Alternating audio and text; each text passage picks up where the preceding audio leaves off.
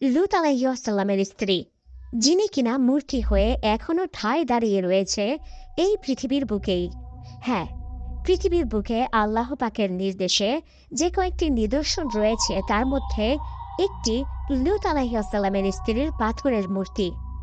এবং এই মূর্তি অবিশ্বাসীদের জন্য অন্যতম একটি নিদর্শন।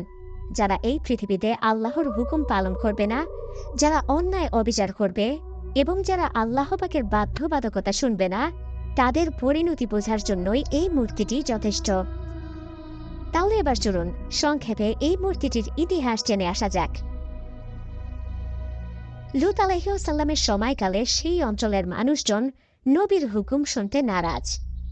তার সময়কালে তার সম্প্রদায় বিভিন্ন ধরনের বাজে কাজে লিপ্ত ছিল। তখনকার দিনে একটি ছেলের সাথে আর একটি ছেলের বিয়ে অনেক স্বাভাবিক একটি ব্যাপার ছিল। নাউজুবিল্লাহ। একই লিঙ্গের প্রতি আকর্ষণ তাদেরকে বুঁদ করে রেখেছিল। তারা সরাসরি নবীর ধর্মকে নিয়ে কটূক্তি করত এবং প্রকাশ্যে এইসব জঘন্য কাজে লিপ্ত থাকত।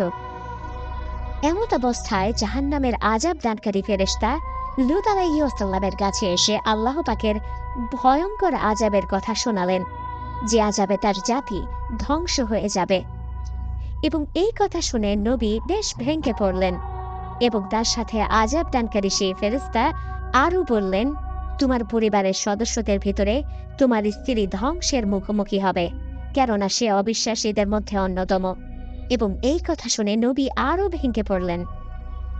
তবে ফেরেশতা এইটুকু আশ্বাস দিলেন যে যদি আযাবের সময়কালে তোমার স্ত্রী পিছনের দিকে না ঘুরে তাকায়, তাহলে এই যাত্রায় সে বেঁচে যাবে।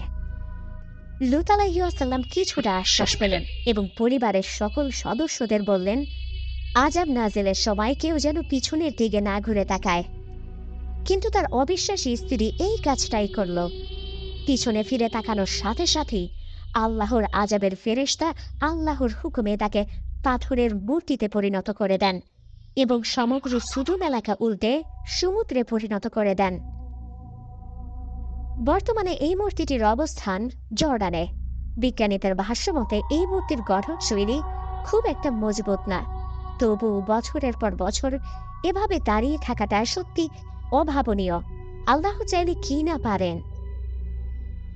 এই মূর্তির অদূরেই রয়েছে ডেড সি বা মৃত সাগর অথবা লুট সাগর, এবং এই সাগরের লবণের ঘনত্ব এতটাই বেশি যে যে কেউ চাইলে এই সাগরের উপর ভেসে থাকতে পারবে অনায়াসে। লূত আলাইহিসসালামের এই ঘটনা বাইবেলেও এসেছে। কাজেই অন্তত বিশ্বাস রাখুন আপনার সৃষ্টিকর্তার উপরে, যিনি আপনাকে আপনার চেয়েও ভালো জানে এবং ভালো চেনে, যার ইচ্ছায় আপনার জন্ম হয়েছে।